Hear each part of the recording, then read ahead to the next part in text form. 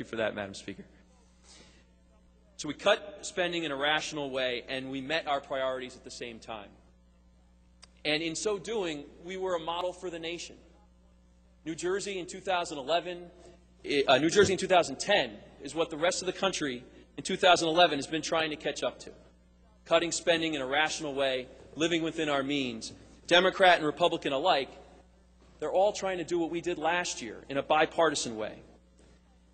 And even as we passed that bipartisan budget last year, that compromise measure, there were a lot of Chicken Littles in the legislature who claimed that the sky was going to fall, that we simply couldn't survive that draconian budget that we passed in 2010, fiscal year 2011.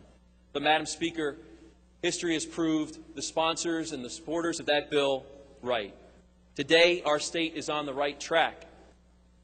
This year, instead of running a deficit in February and March and April of 2011, we had a windfall of revenue. We had more revenue than we expected. Can you imagine that? We didn't see that in the last decade, but with prudent budgeting practices last year, we had more revenue than we expected this year.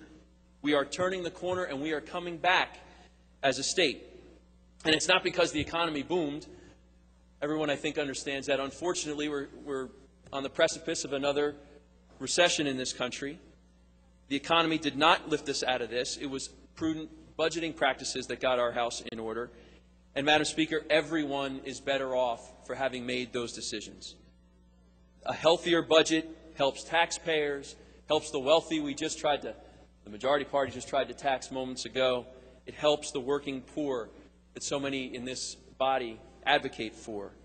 Because after we were prudent with our budget last year, the governor came back this year and was able to offer us the opportunity to vote on a budget that increased education funding for every district in the state.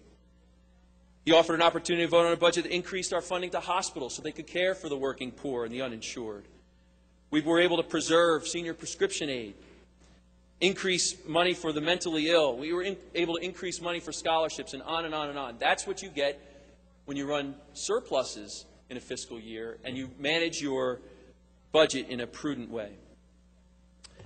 But now the majority party wants to turn that all around with not a bipartisan approach, but a highly partisan approach. We watched the Democratic National Convention, especially when I was a kid, and the theme song for the Democratic Party had been, happy days are here again. This budget seems to me to be, the Democrats have indicated that their new song is the same old song. Because we've seen these budgets before. It spends money we don't have. It raises taxes to do it. We can't afford those kinds of budgets anymore. And we can stand up on the floor and try to justify each program and why it's so compassionate and why it's so necessary and why just this one more bit of spending is the right thing to do for the people of New Jersey. But, Madam Speaker, eventually we have to have compassion for the taxpayers as well. And they count on us not to go line item by line item, not to go one more program by one more program, but to fit everything into a whole.